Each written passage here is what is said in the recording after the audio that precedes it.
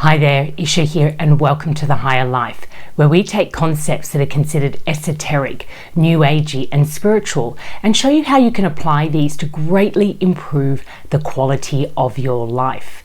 This is developing your inner toolkit, and this inner toolkit serves for your personal empowerment. And I believe that when every single human being is able to live in a truly empowered way, we will collectively facilitate a world that works for all of us, a world in which we can all prosper, not only humans, but all life. And it's such a wonderful goal to aspire to, I believe, as individuals, as communities, as families, and as a larger species. And today I want to talk about a topic that I feel is key to this transformation into empowerment, and that is, what is grieving? And when I talk about grieving, I'm not talking about the big moments of grieving, the loss of somebody, or where it's very obvious that you're in a grieving process. Because the work we do here is really focused on personal transformation, everything that I discuss here is about something that is happening in your everyday daily life, things that we miss. And daily grieving is definitely something that we don't pay much attention to, but has a massive impact on how well we feel in ourselves as human beings. So when I'm talking about daily grieving, I'm talking about the fact that every single day when you wake up, by the end of the day, that day will never happen again. So there is a mixture of different types of grieving that takes place. First, there's the simple fact that that day has passed, and as the sun sets, so has everything that you have experienced in that day. It won't happen again.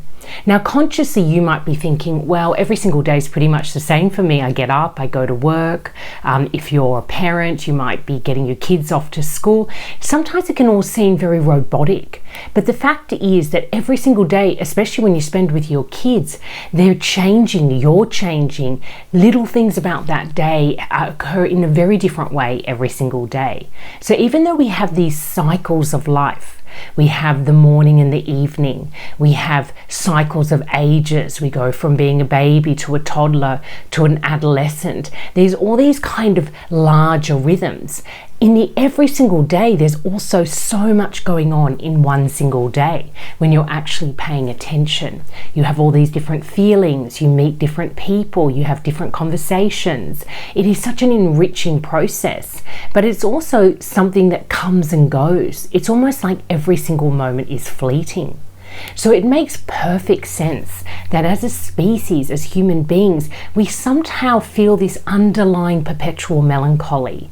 Most people believe there's something fundamentally wrong with them because they don't feel high and happy and joyful and empowered, or they don't have this sense of feeling good all the time. They don't quite understand, and I've suffered from this, what that underlying sense of loss is all about. But it's something that makes sense when you think about the fact that every single day we get up, we have this experience, and at the end of the day, it comes to an end. Then we go to sleep and we prepare for the next day, which is a new beginning. And with every end comes a natural sense of loss. I mean, you've gained a lot in the day, but you've also lost something.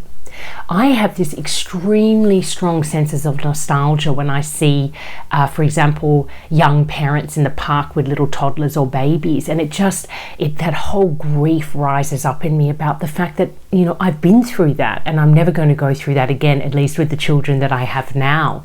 And I remember these beautiful, bittersweet experiences of how tough it is, but how amazing and how powerful that experience was in helping me get to know myself better and to experience unconditional love and all these other things. So it's such a mixed experience. On one hand, I don't want to go back there because it was extremely exhausting, at least for me. But on the other hand, I feel this grief, this sense of nostalgia that I miss it. And I want to go back just for a day to touch my child at that age again. And I think we have these experiences constantly and fleeting. We smell something like sunscreen and it takes us back to a moment in our childhood, something that is now gone, it's far away. So this beautiful sense of loss that's also enriching is something that humans are gifted with. It's a gift that we can go back in time in our memories, and we can have an emotional and a sensation attached to that memory.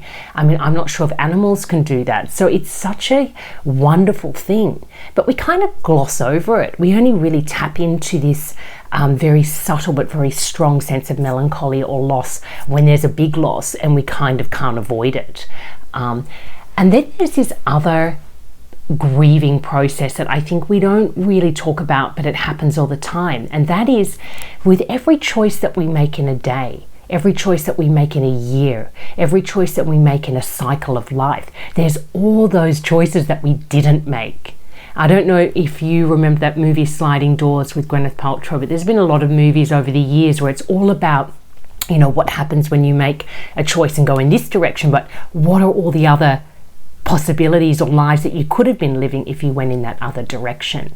And I know, working as a transformational life coach, a lot of my clients struggle with that because they always feel that sense of the grass is greener, or maybe they could have made a better choice, or maybe they made the wrong choice. And that's where our mind gets really distracting and quite toxic, in terms of the fact that you can't live all those lives in this one life. If you believe the multiverse perspective, maybe we are living a million lives out there. But I'm just speaking to you about the one that you're physically in right now. And that is, with every single choice you make, there's all those choices that you didn't make. And there's absolutely a sensation of grieving that comes with that. You know, you can't help but feel a loss that you also have with the gain.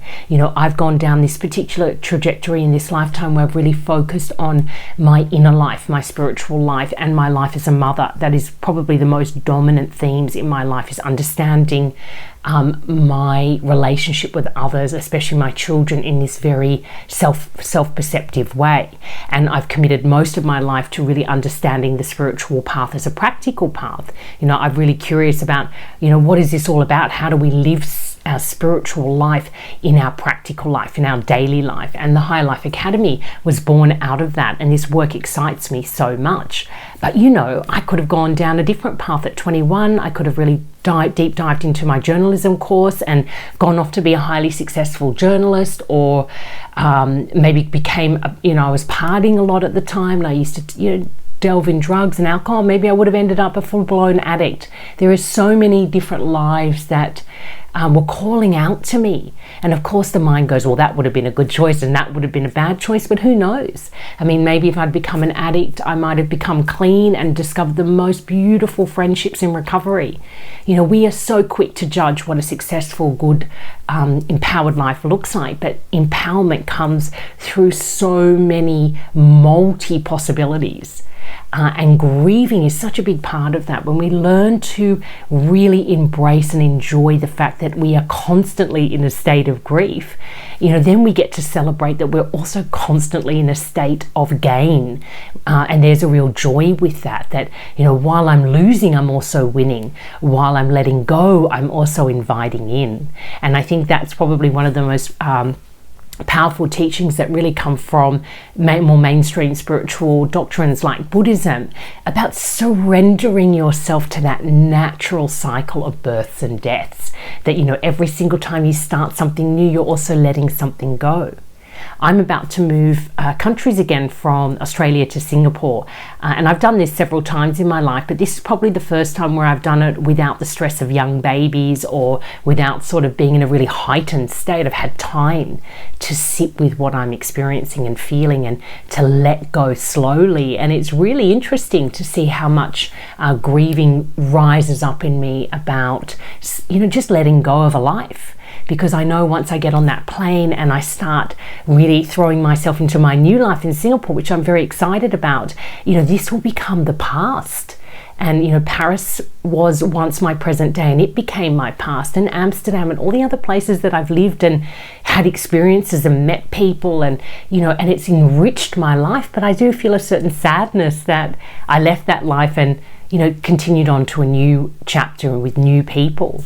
So if you really want to embrace your life, enjoy your life, be able to live fully, you need to embrace daily grieving, because the ability to grieve with grace the ability to understand grieving as an enriching process, as this opening yourself up to the next moment, the next chapter, the next experience with your partner, with your child, with your colleague. This really brings you into this state of empowerment where you're very much awake, alive, and present to this moment that you're living right now. Now, this is really key because when you start to really step into this grieving process and understand the mastery, the life mastery that comes from really living in this place of surrender to the grief, surrender to the loss, because then you're also open to the opportunity, the potential, and the possibility.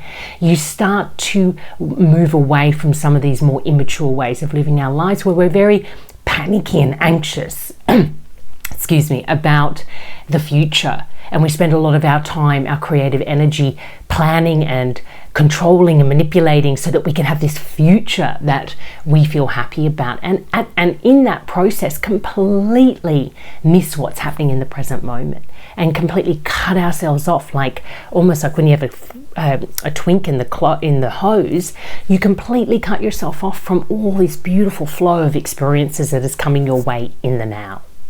So I really wanted to deep dive into grieving. It's something that's been playing on my mind the last few days, and really I've felt that underlying melancholy in my life all my life, and it's sort of the first time where I've really understood, oh, that's not something I should be running away from. That's not something I need to be fearful from. That's not something I need to coach my way out of. This is beautiful. This is simply that inbuilt masterful system that's allowing me to let go and open up to new experiences. It is just cleansing me all the time. So I hope this has helped you have a new perspective on grieving, and maybe invited you to stop today and tap in and ask, where is the grief in your life? Where do you feel that natural grief in a day? Do you even pay attention to it? How does it help you be more intimate, more loving, more poetic with yourself, with your life, with the daily grind, with the people in the daily grind? I can tell you that embracing grief as this spiritual, enriching process has really helped me tackle the very mundane and very intense experiences of being a mother and constantly being on the go and constantly giving and sometimes feeling really empty after that experience. And I tap back into this powerful experience of every single moment is a moment where I'm gaining, but I also need to say goodbye, and it keeps me alert, it keeps me present, it keeps me really intimate with my children, and it just makes motherhood a whole different experience for me. So I hope this has been helpful. Like always, if you'd like to deep dive into any of this work with me personally, absolutely reach out to me at the Higher Life Academy, or check out our free masterclass, The Spiritually Driven Life, or just tap into our next episode. So until then, take care and love life.